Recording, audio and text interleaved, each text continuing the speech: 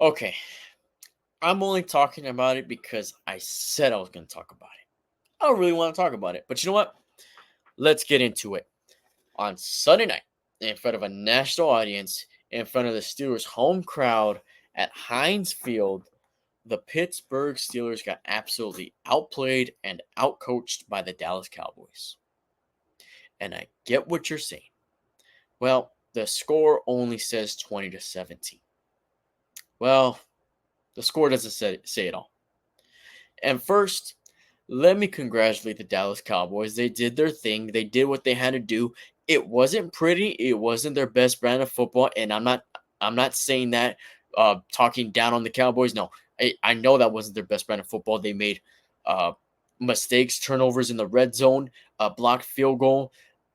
There were still a lot of things that went wrong in that game for the Cowboys. But you know what? Nonetheless, they still dominated, and through all that adversity, going on the road to Pittsburgh, a time change, a delay, they prevailed and they won. So shout out to the Cowboys and the Cowboy fans.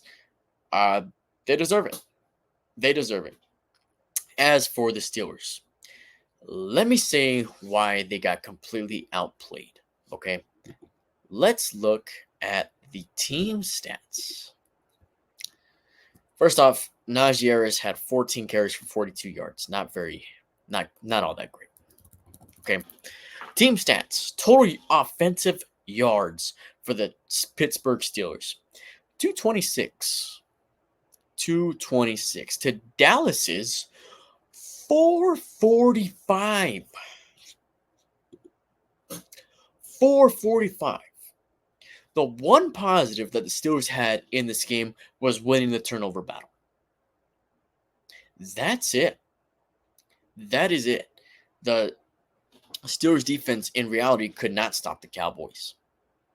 Dak Prescott was throwing it all over the Steelers defense. They were even running ball pretty efficiently as well. Okay. It was a tough night for the Steelers. It was a bad, really bad night. And yeah, McCarthy completely outcoached Tomlin. And I know I said what I said about McCarthy on the live on Sunday, but you know what? He completely outcoached Tomlin. And this isn't the first time that Mike Tomlin has been absolutely outcoached, outright. And George Pickens had limited snaps. And there's a lot of speculation. There's some discipline rumors going on. And from what Tomlin said, I'm paraphrasing, he was limited on snaps practically so that other receivers could get their reps in. Like if it's a preseason game for one, and for two, you're not going to have your most talented, your best receiver on the field because you want other receivers to get those reps. Are you kidding me? That is ridiculous. That is absolutely ridiculous. I've never heard that before. But apparently there's some discipline issues with Pickens. Okay? And let me just say this, because I'm not going to get too deep into it. Let me just say this. At what point are we going to question the coaching staff? At what point? Because for years upon years in the Mike Tomlin era, there has been at least one person with a discipline issue. And in reality, this has been happening every year for, 6, 7 years now? 7, 8 years with Le'Veon, going back to the Le'Veon and Antonio Brown days. So at what point are we going to start pointing the finger at the coaching staff? And to be honest, I'd be pissed if I was Pickens too. I'd be frustrated. It's like, why am I losing snaps? Why? I'm the best you guys got. Why am I losing snaps? But I think this also proves that the Steelers may just need another receiver. Okay. Roman Wilson had high hopes for this season. Unfortunately, he did go down in, I was about to say spring training. Unfortunately, he did go down in training camp, and he still hasn't started. I don't know if he's going to start this week. We'll just have to wait and see. But regardless, they might just need another receiver. I know apparently they're in talks with Devontae Adams, which would Devontae Adams even want to come to Pittsburgh after that performance? I don't even know. Okay, that was a terrible performance. Terrible performance. But if we could at least get Hopkins, I know he's still on the market. Really, a veteran receiver would be nice to accommodate Pickens. That's really all I got to say on the wide receiving position, because it's a really bad look when your running back Najee Harris is your number one receiver. It's a really bad look. That's all I'm gonna say. Um, I'm not too convinced on the play calling.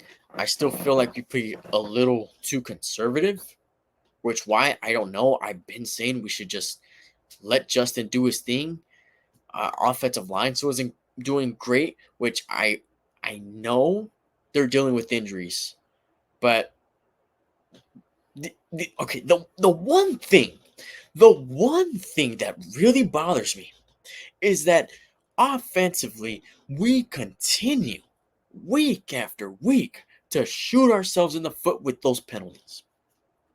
The majority of them false starts. Now, week one, I gave them benefit of the doubt. You're still trying to get back into the groove of things.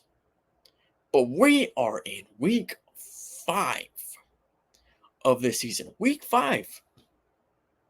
And it's the same stuff. We are making the same mistakes.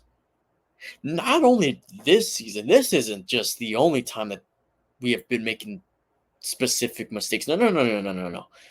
This is going back at least a few years. It's the same cycle. It's the same results for the Steelers. Discipline issues. Just mistakes on offense. Offense not looking alive, really. Uh, Going slightly above 500 to get kicked out of the playoffs, if you even make the playoffs. It's just the same cycle. It's been the same cycle for the Steelers. And I get what you're saying. Well, you're saying this after one loss. No, no, no, no. Nope. I'm seeing the same exact stuff. It's a repeated cycle. It's a repeated cycle. Okay. So hopefully something changes. Will anything change? I don't know. I was a little skeptical about the Steelers extending Mike Tomlin. I was. Before the season, I felt like they should have gave it a little bit more time. Maybe towards the end of the season or after the season to extend them. But I don't know. I don't know what's going on with this team. They did not look good.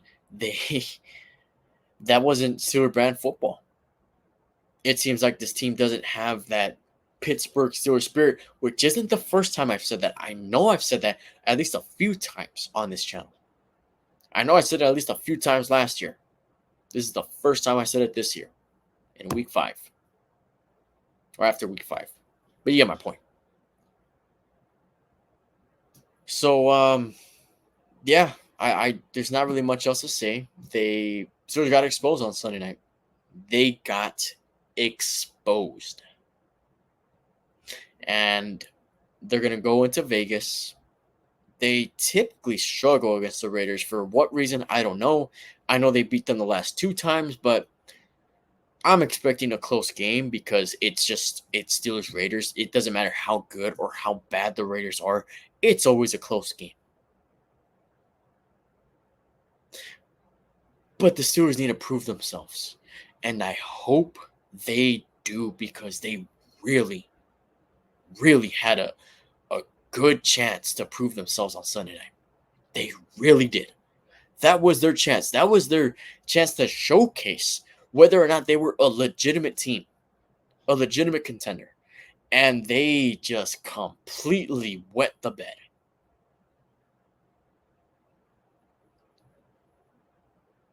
But I'm sure there's other things I could think of. I'm not going to keep it too long. Steelers got outplayed. They got dominated. The score doesn't say the whole story, and they didn't deserve to win on Sunday. So, I mean, a couple things, they were lucky here and there, but all in all, they didn't deserve that win. Okay, Cowboys completely deserve that win. That's all I got for you guys. You guys can let me know down in the comments what needs to change, what needs to happen for the Steelers. Do they need to get a receiver? Is Mike Tomlin to blame? You guys let me know. That's it for this one, guys, and I'll catch you later on in the week, man. Go Steelers.